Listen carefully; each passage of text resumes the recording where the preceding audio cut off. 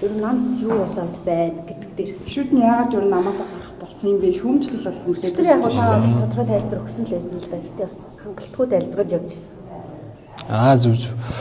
За манай намчин бол 10 жилийн ойгоо тэмдэглэж байгаа. Эх 7 хоног тэмдэглэнэ. Тэгээ намынхаа их хурлыг хийн. За тэгээ нийтдээ 21 аймаг 9 дүүргээс төлөөлөгчд маань ирж байгаа. 500-аас 800 орчим төлөөлөгчд иж хурлаа хийнэ. Тэгээ намын даргын бас сунгаа явагдана. Тэгээ шинэ удирдлагын багууд бас ингээд томлогдоод явах хуулиараа тийм шүү дээ. Тэгэхээр ингээд намын ажил их эд өрнөж байна. Тэгээ хүн нам одоо бол ингээд нийтдээ 100-аад мянган дэмжих гишүүнтэй албан ёсоор ингээд ажилтны 20-30 мянган гишүүн бас байна. Тэгээ хүмүүсийн бодлоор бол Монголд нэг хоёрхан нам л байдаг юм шиг үгүй шүү дээ. Ардын нам, арсын намаас дутхгүй нам гараад ирсэн шүү дээ. Босон хүчнээр бол бид нар бол эдрээс илүү харна гэхээс дутхгүй шүү дээ. Тэ. Дуулцтай гэх юм бол 2-3 мянган хүмүүсийг нь цуглуулад дуулцт хийх үү, чанартай хүмүүсээ дуудаад уулзах гэдэг бол энэ манай намын асуудал. Онцлог нь бол маш олон өндөр босролтой салбар болгоны мэргэжлүүд байдаг. Ихэвчлэн олон улсад явж ажилласан туршлагатай ийм хүмүүсээр их тийм нөгөө бэхжсэн. Засгийн газарт орж ажилласнаас хойш илүү их юм прагматик юм одоо олон салбарын хүмүүс бас илүү их ингээд нэгдэж орж ирж байгаа. Тэгээд та нар зөвхөн ингээд шүүмжилдэг арт түмэнд ингээд зориулж ингээд алга ташуулж явдаг ийм нам биш болцсон байна. Та нар ингээд ажил хийдэг, ачаа өөрдөг ийм нам болсон байна. Үр дүн гарч байгаа болохоор бид нар ингээд нэгдэж орж байна гэсэн ийм олон бас юм шинэ гишүүд ингээд игнэгээ ингээд тэлээ явж байгаа юм бэхжилж байгаа улс төр өвчин шүү. Ихтэл ийм том нэг ийм 100-аад гаруй мянган дэмжигчтэй ийм нэг нам дээр ганц нэг гишүүн орж гарлаа гэд тэр нь ингээд намаас гишүүд гараад байгаа юм шүү дээ. Одоогийн бид нар нэг ганц хоёр л гишүүн ингээд гараа явсан шүү дээ. Нэг нь арсан намд байж байгаа л орж ирсэн. Тэгэл буцаал арсан нам руу гарч ирж байгаа юм тий. Нэг гишүүн. Нөгөөх нь бол их хурлын гишүүн байжгаад тэгэл өчигдөр л тийм мэдээлэл хийсэн байна. Гэхдээ 8 сард өгсөн. 8 сард бол анхан шатны нэгждэр өөрөө Баянгол дүүргээс сонгогдсон. Өөрийнх нь зөвлөх нь Баянгол дүүргийн намаа орон дарга хийдэг байхгүй. Тэгээд Баянгол дүүрэг дээр бол өргөдлөө өгөл явсан юм байна. Өчигдөр бол бид нар мэдээлэлүүд бас нэгтлал явж байна.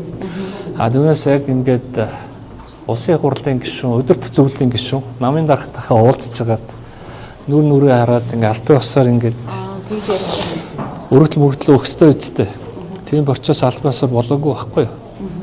Тэгээд яг одоо бүхэл бүтэн хүн нам гэдэг чинь маш олон монголчуудын бас залуучуудын юм хүлээлтэн дээр бий болсон юм олон юм сэхэтнүүдийг оруулж ирсэн шинэ нам багхгүй.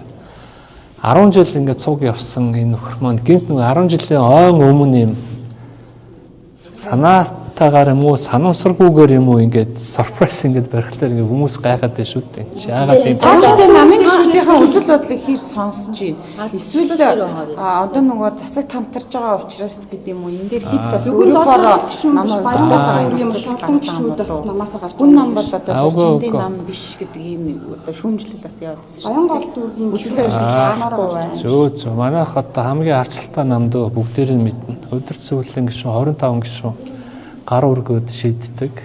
Намын дарга бол нэг л одоо квот тахгүй. Тэгэхээр энэ бол зол жаргал гишүүнээс асууад авах хэрэгтэй. Миний зүйлийг ингээ хэлмээр байгаа. Тэр нь юу вэ гэхээр өнөөдөр нөгөө бид нар арчсан орн арчсан улсыг чинь ингээ хамгаалж байгаа бүтцэн үү? Парламент эзэд. Мөн үү? Маш энгийнээр парламент чинь нөгөө хувь хүн засагладаг биш. Хууль засагладаг. Парламент гэдэг чинь нөгөө бие даагч юм уу гоё юм нөгөө чөлөөтэй ганцаараа байдаг тоглож гэхээсээ илүү олон хүмүүс нийлээд баг үсгээд нам үсгээд явдаг ийм тоглоом шүү дээ. Тэгээ парламентын арчлал гэдэг бол намуудын арчлал юм аа. Намууд засагладаг системийг гэдэг. Ерөнхийлөгч гэдэг бол хувь хүн байхгүй. Ерөнхийлөгчийн засаглалтай улс бол хувь хүн засагладаг. Тэгэхээр бид нар парламентыг ингэ сонгоцсон. Тэгэхээр Монгол улсад зовлон юу байсан бэ гэхлээр 1990 он хүртэл ганцхан намтай байжээ. Дараа нь хоёр намын системтэй болсон. Дараа нь хүн нам 15 16-нд үүсгэхэд буцаад нэг намын системд орцсон. Энэ үед хүн нам Монголын арчлалд дахиад юу хэрэгтэй байна гэхлээр нам хэрэгтэй юм байна. Түүнээс эрх чөлөөтэй хувь хүн биш. Миний л бодол зөв гэсэн биш. Нийтийн бодлыг хүндэтгэж үздэг ийм улс төрийн институт хамгийн их чухал юм байна. Тэгээд анх үүсгээ явж байгаад маш олон хүмүүс бол зөвлөдөг байсан мó. Бүтэхгүй. Ман руу орсон дээр, ан руу орсон дээр тий. Монголд бол өөр 3 дахь хүчний орон зай огт байхгүй бүтэхгүй бойл гээд. Тэгээд бид нар бүтээгээд өнөөдөр ингээд шүдээ зугаад алдаатай оноотой ч гэсэн өнөөдрийн төвшөнд ирсэн байхгүй. 10 жил одоо би юу хэлэх гэж байна гэдэг ихлээр нэг нам гэдэг чинь нэг олонхойгоо гаргасан шийдвэрийг дагаж явдаг. Тийм биз? Цөөхөн ингээд дагаад байна. Гэтэл бид нар ингээд олонхоороо засгийн газарт орж ажиллана гэж шийдвэрээ гаргасан. Нийт одоо төлөөлөх зүйлийн тэр 100 гаруй гишүүдийн 80 гаруй хүмүүс нь дэмжиж цөөхөн төлөөлөл манай золж оруулах юм. Олонгоороо шийдвэрээ гаргасан. Одоо тэрийг одоо хүртэл ингээд буруутгаад хүн нам ингээд шүүмжлэхэл ёстой, сөрөг хүчил байх ёстой. Ардын намтай нийлээ засаг барьж байгаа нь буруу гэсэн нэг ийм байдал ингээд гаргаж байгаа. Энийг бол би буруу гэж бодоод байна. Ердөө энэ өөрөө тайлбарыг би харсан л да. Анхнаасаа нөгөө засагт орохгүй гэж бодож ирсэн. Гэтэл ингээд орцсон. Жижиг төр байх ёстой юм ингээд томруулсан хэсэгт нь хүн нам орцсон гэдэг яаж л байл л дээ. Тэгээд өөрөө бол эрхчлөөний үзэлтэй гэсэн байлээ. Гэхдээ бид нар чинь бүгдээр эрхчлөөний үзэлтэй.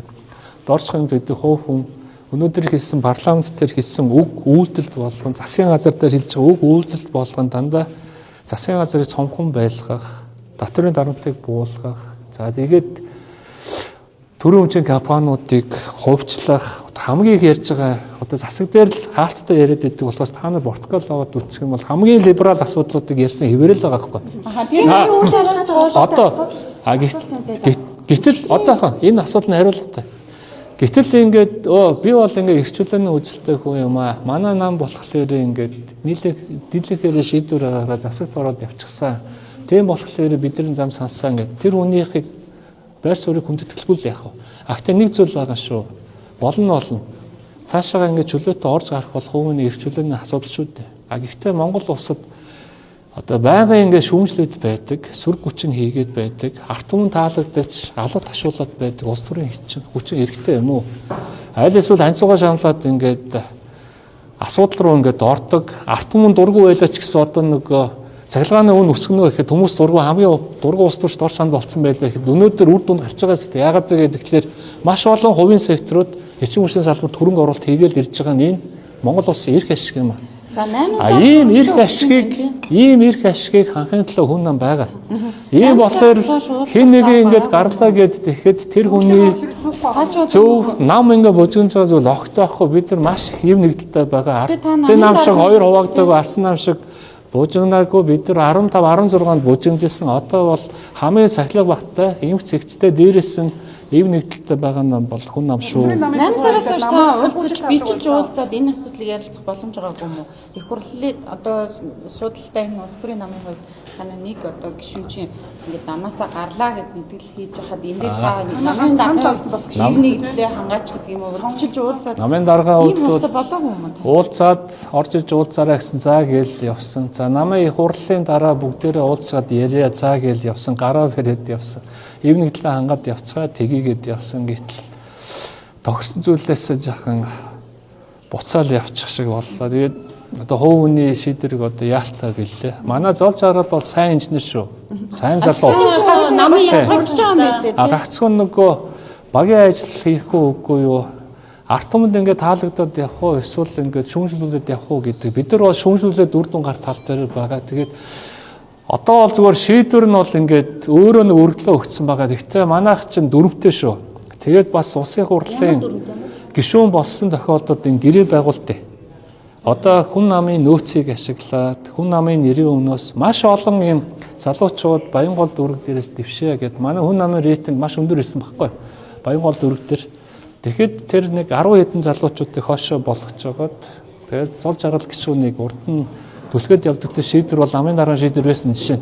Тэнгүү тэр хүмүүс одоо надаас уучлалгуугаач таны шийдвэр буруу байсан байна. Яагаад гэвэл тэр хүн чинь бидний нөгөө боломжийг хаагаад дэвшингүүтээ одоо ингээд би гишүүн болцсон юм чинь ингээд чөлөөтэй яваад байх нь энэ ёс зүгөө энэ дээр ямар нэгэн байдлаар арга хэмжээ авах ёстой гэсэн ийм л байдал. Тэгэхээр бидний хувьд бол улсын хурал намын гишүүний биш улсын хурлын гишүүн болоход ийм үүрэг хүлээнэ гэсэн нэг ийм хариуцлагын гэрээ байгуултын бүх намад байгуулсан байгаа. А тэр асуудал бол яригдах баг. Тэр гэрээгээр бол намаас нь гарахыг зөвшөөрөхгүй гэсэн үг үү? Үгүй хүн гараа гэж байгаа тохиолдолд бид нар бол за гараа гэж ярихгүй шүү дээ. Тэгээ заавал байх хэрэгтэй гэх тийм бол байхгүй шүү дээ. Энэ чинь чөлөөтэй нийгэм намд орж болно, гарч болдог. А гэхдээ энэ хүн чинь бол жирийн намын гишүүн гэхээсээ илүү улсын хурлын гишүүн байхгүй. Хүн намын нөөцөн дээрээс гишүүн болсон хүн байхгүй. Түүнээс зол чаргал гэдэг хүнд ангаараа бие дагаад гарцсан бол энэ тэр хүний асуудал. Маш их ажил хийгдсэн байдаг. Тэгээд тэрийг дотроо ингээд ярьжгаад тэгээд тэр хүн бас өөрөө бас уучлалмжлаа гоох хэрэгтэй байлгүй дээ. Би бол намын даргын хувьд бол бас Баянгол дэвших гээд явж ирсэн маш олон бас ингээд Баянголын хүн намын гишүүдийн өмнө бол хариуцлага хүлээхэд бас бэлэн байгаа.